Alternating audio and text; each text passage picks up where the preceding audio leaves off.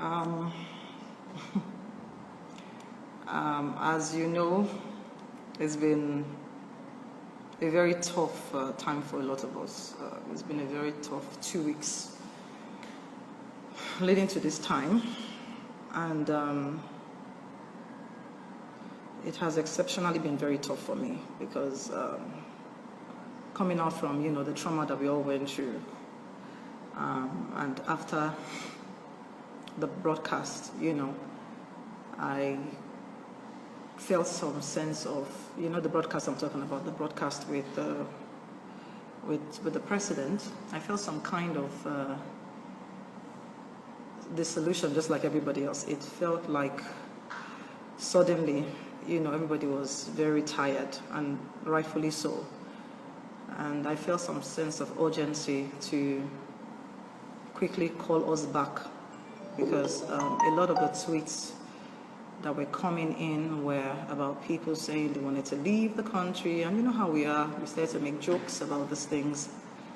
I started to get really worried that, a lot of people would just make jokes out of this and all our energy would go down. So I felt the urgency to quickly remind us why we are doing what we're doing, and to let us know that we are actually winning, and that we needed to stop the leaving talks and just get back online quickly and apply more pressure. If you followed my tweets that day, which I did, I think about 5 or so, you would notice this quick succession of those tweets and what I was trying to say, and what I was trying to quickly tell people. Unfortunately, one of those tweets, the one which had the "if there are people who people need to come out quickly and talk about it," rubbed some people off the wrong way. After all said and done, I realized that a good portion of people actually understood what I was trying to say. A lot of people actually understood what I was trying to say. A lot of people reached out later and said they understood what I was saying. And so I was very confused as to why people thought that I would mean any harm. If you have been following me, you would know where I stand. I have never hidden my voice. I have never hidden my intention. I have gone through a lot of persecution. I just don't come online to talk about them. I have been an activist for 15 years. Before it even became something that's, is all over the social media and stuff like that, I've been fighting. And I have been attacked many times. Some of you have seen these attacks. Some of you have had to, support me or, help me out and stuff like that. And there are some attacks that I've never even come online to talk about.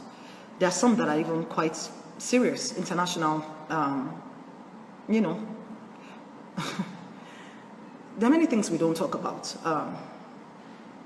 So you can understand how very hurt I was, because there's nothing as painful as if you dedicate your life to something, or a group of us, ourselves, that you now feel that you are thrown to the wolves, and you feel like the people who have always been trying to get you now have an opportunity to laugh at you. It's a very eerie feeling. It's a very painful and very alone feeling. I realize now that there were a lot of hands behind the scenes. And when you are someone that people have been trying, the opposition or the people that you fight against have been trying to get for a very long time, usually they would come at me with their own normal pages and stuff like that, and so everybody knew who they were, and people would attack them back and stuff like that. But obviously we are in different times, and the whole system and the whole thing has changed. I guess the easiest thing to do right now was to go from behind and act like they're my fans as well, and attack me from that standpoint. So that way it makes it look more organic. It makes it look like, it's her fans that are attacking her, so that everybody can join on, knowing fully well the times I'm not saying that what I wrote was perfect. It could have been worded differently. But if you notice, when I kept talking, the reason why I said that was because we had some information that they were going to come out and deny that they were anybody's. And my point, which I got to at the end of that tweet, was to say that whether they were bodies or not, whether you accept that you killed anybody or not, the fact that you went there to shoot at protesters, not just any kind of protesters. Our power was the fact that we were, what do we call it again? We were peaceful. Yes, that was it. The fact that we were peaceful, you know, and that is a big thing internationally. The fact that nobody there was throwing stones at anybody, the fact that nobody there was rioting, the fact that nobody was even fighting back, the fact that everybody was peaceful is a big deal.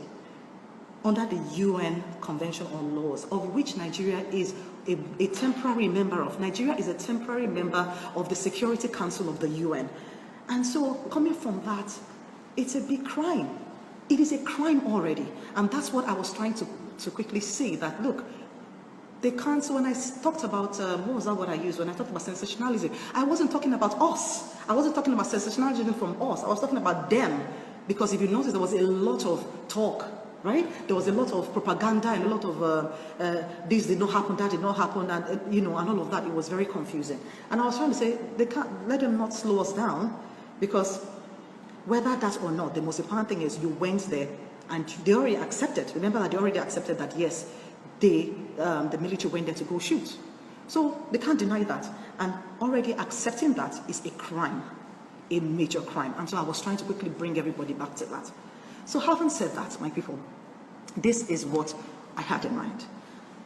And this is what I tried to bring up. And if you go back to all the tweets that I have been tweeting before that time, you will see that this is where I have been. Now let me go and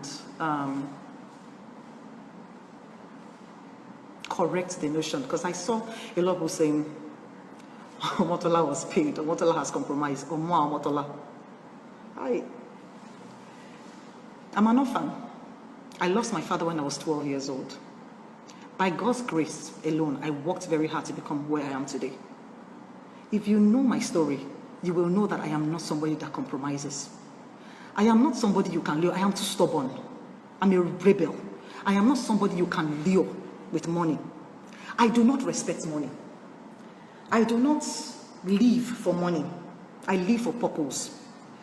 And I have never in my life been bribed by government, even in places where I could have collected and chopped mouths. I have never collected government's dime, one dime. So what exactly will I be needing that compromise for at this point in my life? Is it that at this point now God has not blessed me from nothing? What will I want to be compromised for? By who? Where? Who is that person that can bribe me? Please, please, please. It's very painful to hear those things. It's very painful. I've challenged them many times. I've challenged them. I've said, if there's anybody out there who is a government official who has ever given me anything, should come out and say it. You knew the other time when we had a fight on Twitter where one of them came out and whatever, they said something about Jonathan, and I said, if you have ever given me anything, come out and bring out the proof. Did you see anybody come out with anything? So if I didn't then, why do you think I will now?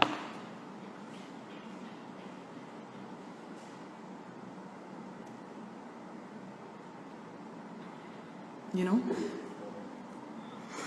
The strategies are elaborate. The strategies to discredit everybody's voice. If you are very attentive and you are very, very observant, you realize that it's not today that this strategy started. It's the strategies evolving.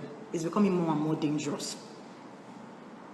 I realized eventually now, after I took time out to, because sometimes when you're in a war front and you feel like the war is hot, it's only wisdom for you to retract and go and understand what's going on.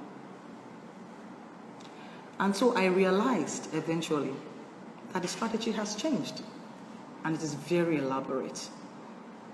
I beg you, please, people.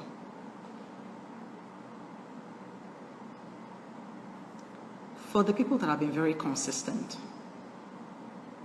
we need your support, we need your help.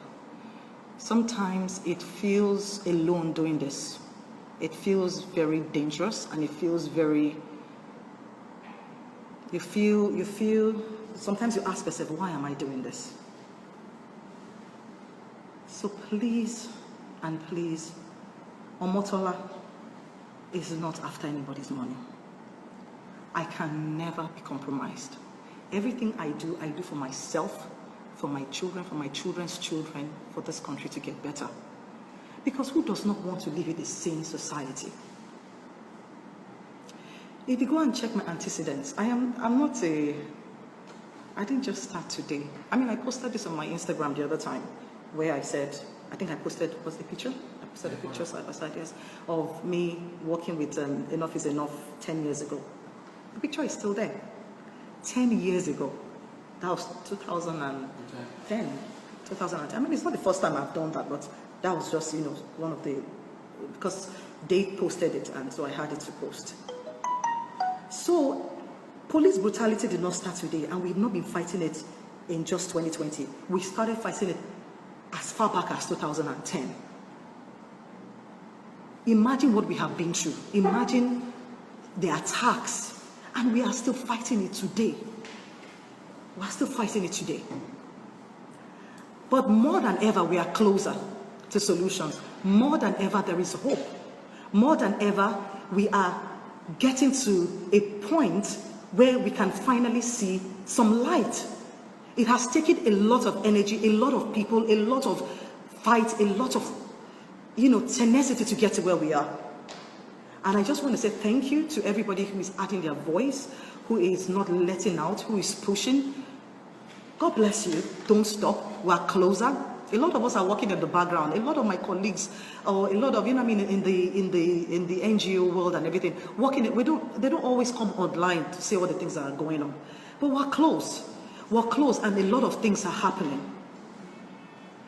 And I still want to end, because I'm not going to stay on this life for very long.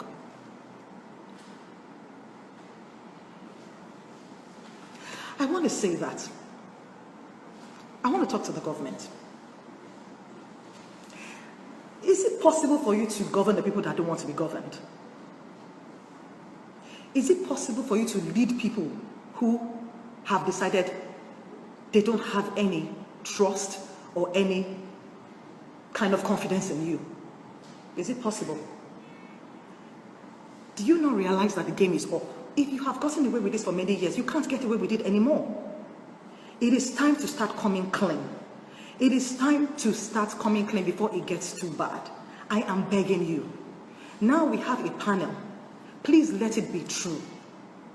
Let us find the right answers. And if you cannot, you cannot find the right answers, get out of the way. Get out of the way. To tell the truth, it is not going to be easy. I wrote a long time ago that it's not a sprint, it's a marathon. It's a marathon. But I believe that a lot of us are not tired. And I know that we are going to get what we need to get. Because we are ready.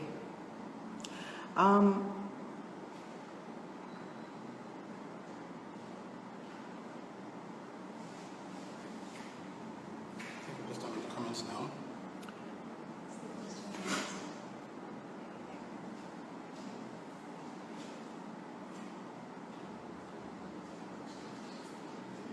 We can take questions. Okay, I can take questions. Okay. If you have a question, thank you. If you have a question for me, if you realize that sometimes there's so many things in my head, but I understand the times we're in, and it's a very hard time for all of us. It's a very hard time for all of us. So I'll take your questions and I'll answer as many people as I can. God help us.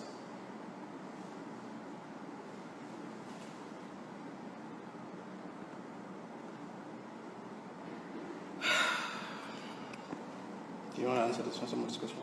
Okay, what is this?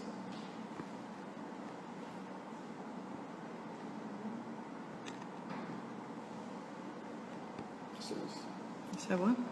So it says initially that you were misunderstood. I hope you're doing fine. Yes, I'm doing fine, thank you. I'm doing well.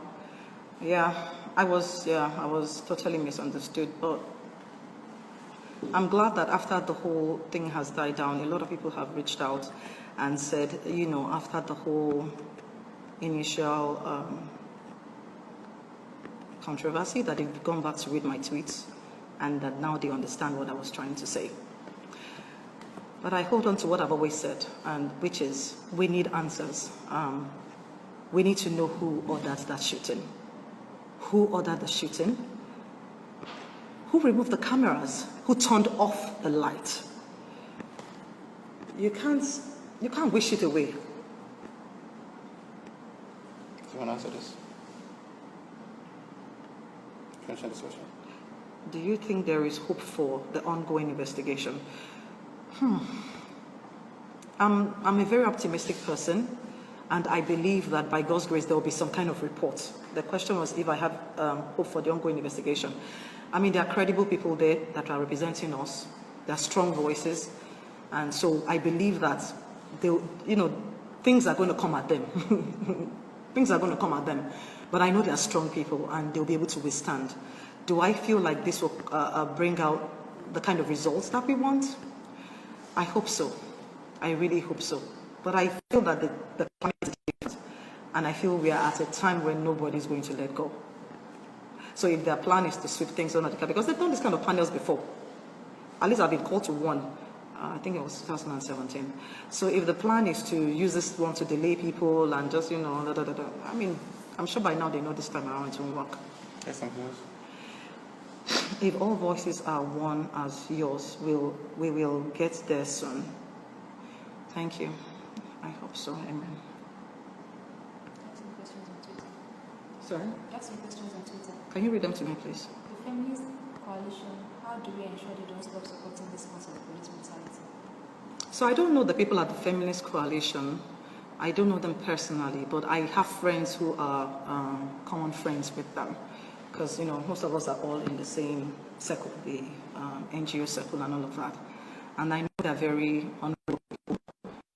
I'm sure they won't stop. I mean, because what you guys don't understand is, I know that people have failed us. And I understand. I understand it. People have failed us. People that we've trusted have turned and gone into government, and then you're like, this person was a voice, and everything, and then they now use it for their own selfish gain, and now they go for office and positions and all of that stuff. All I beg you is don't distrust everyone. Because what else do we have? If you distrust everyone, then what do we have? So I mean, let's try. Let's try until somebody proves beyond others that they are thieves or that they do this for their own interest. Let's give them some support and let's see how.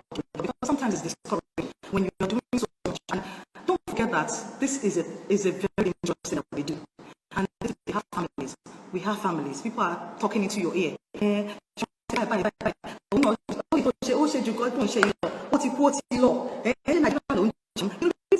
families calling you, telling you what is wrong with you.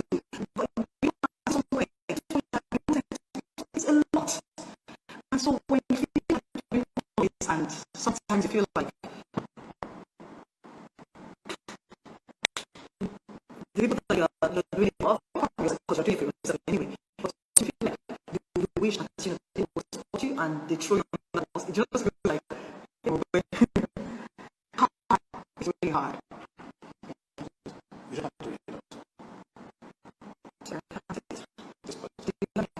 International community are doing about that.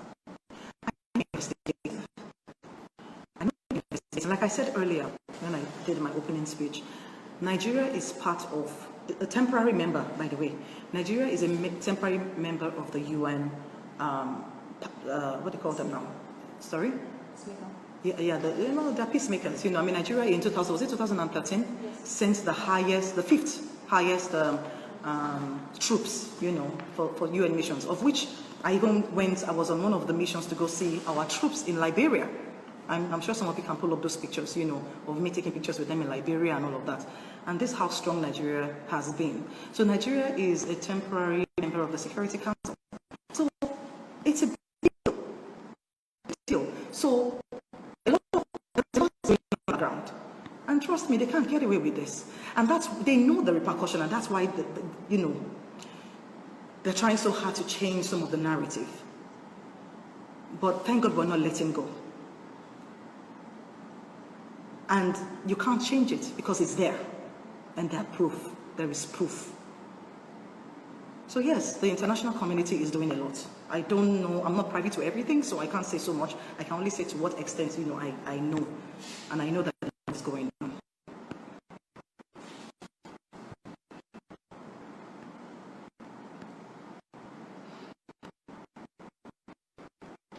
We can do to achieve our ultimate goal of this protest.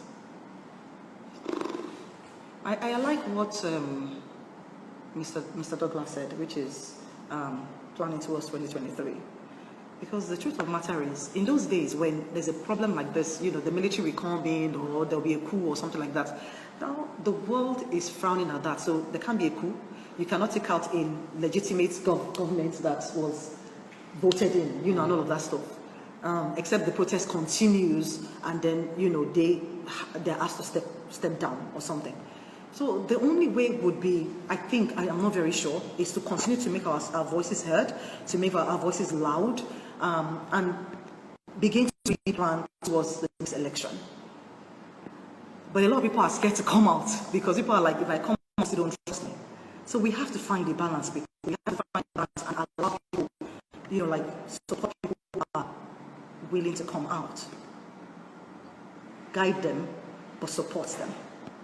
I think I'm not sure it's another way to be honest. Take the pressure on and start with the organization.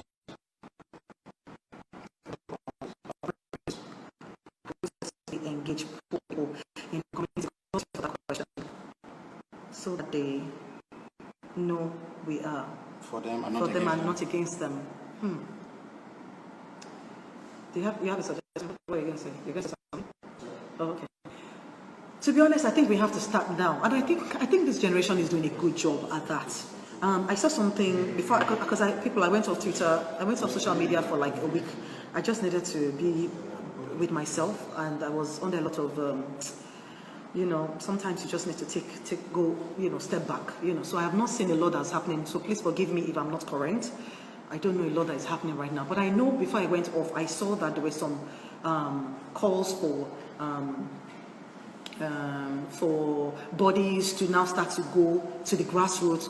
That at the end of the day, what is the point of all of this we're doing if people in the grassroots don't really understand politics, right? Yeah. Don't really understand. So I know that also as celebrities, we have a lot of work to do. I think we need to start doing a lot of PSAs, and we need to go to the market, we need to go to the grassroots, start to talk to them and engage them. 1 minute. So I think we need to go and start engaging people and engage people wherever you are. Don't think that, okay, my houseboy, I'll give an example. In my own house, for example, the security people in my neighborhood, we engage them. And a lot of them you'll be very surprised that a lot of people are actually activists. They are real activists in their hearts, but sometimes they feel like people don't care what they have to say. So I think just engage everybody that you can engage. Engage everybody around you. It starts with that as well. I think this is the most important question. Yes, the most important question, and this is how I am still going to end this, is who ordered the shooting? Who ordered the shooting? To be honest, I believe that we might need even the international community to come in, because I really doubt if I order the shooting, if I will hang myself. I don't want to say more than that, if you know what I mean. So we need to know who ordered the shooting of peaceful protesters at the Lekki toll gate. There is no escaping it. There is no escaping it. And the earlier we can answer this question and move on, the better. God bless us. God bless Nigeria.